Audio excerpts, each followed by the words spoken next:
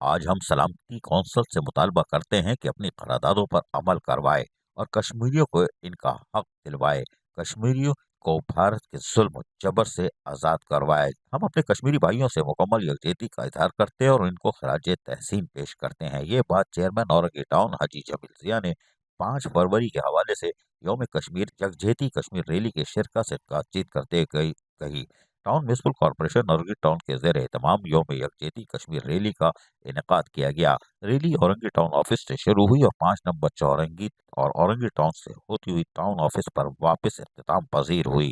اس rally میں vice chairman Orangi town Affan Saghir Siddiqui, municipal commissioner Orangi town Agha Fahad, بلدیاتی افسران، اساتذہ کرام، ٹاؤن کے اسٹاف یعنی کہ افسران و ملازمین جو بھی تھے، علاقائی اور عوام کے اور اسکول کے بچوں نے خاص طور پر شرکت کی۔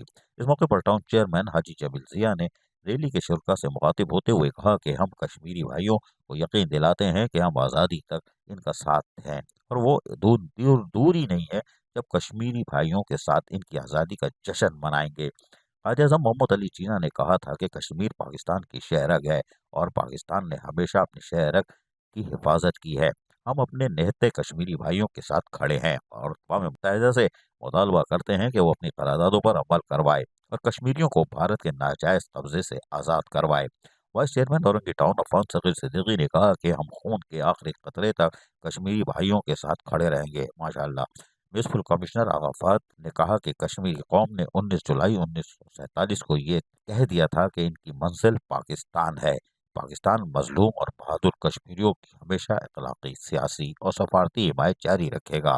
ہم اپنے مظلوم کشمیری بھائیوں کے ساتھ شانہ بشانہ کھڑے ہیں اور آج ہم اسی سلسلے میں اظہار یکجہتی کر رہے ہیں۔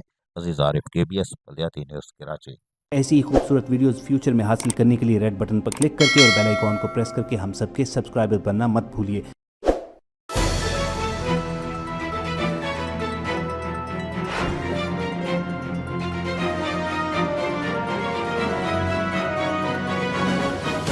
KBS بلدیاتی نیوز